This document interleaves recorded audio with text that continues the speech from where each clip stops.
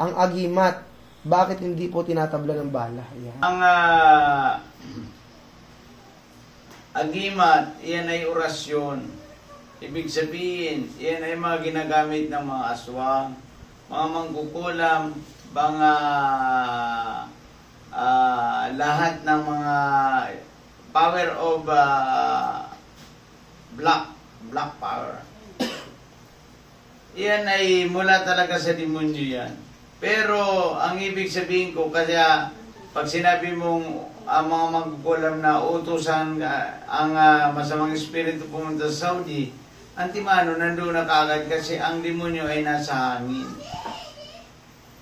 Kaya iyan ay ibig sabihin, kung tatalaban iyan ng bala, kung ang babaril sa kanya ay Kristiyano.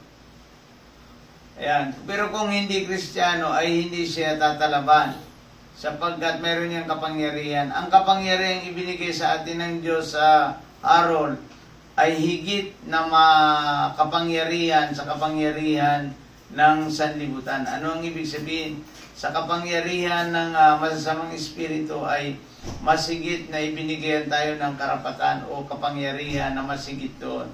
Yun ang makikita natin sa Marcos chapter 16, verse 16 to 18. Basa. Tingnan natin. Marcos 16, verse 16 to 18. Tingnan natin yung kapangyarihang ibinigay sa atin ng Diyos. Harold. Marcos chapter 16, verse 16.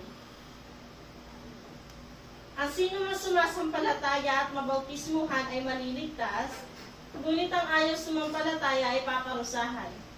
Ang mga sumasampalataya ay bibigyan ng kapangyarihang gumawa ng mga himala, sa pangalan ko'y magpapalaya sila ng mga demonyo at magsasalita ng iba't ibang wika. Hindi sila mapapahama kahit dumampot sila ng ahas, o makainom ng lason, at gagaling ang mga may sakit na mapapatungan nila ng kamay. Ayan.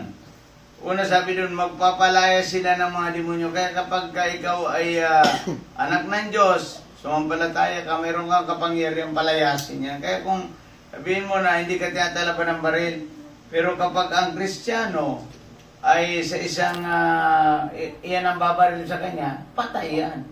Pagkat sabi niya dito, may binigyan ng iba yung kapangyarihang magpalayas ng mga demonyo. Amen. Kaya kahit hindi tunay na baril, sabihin ko lang na lumayas ka, layas yan. Pagkat yun ang nandito sa Biblia. Marcos chapter 16, verse 16 to 18.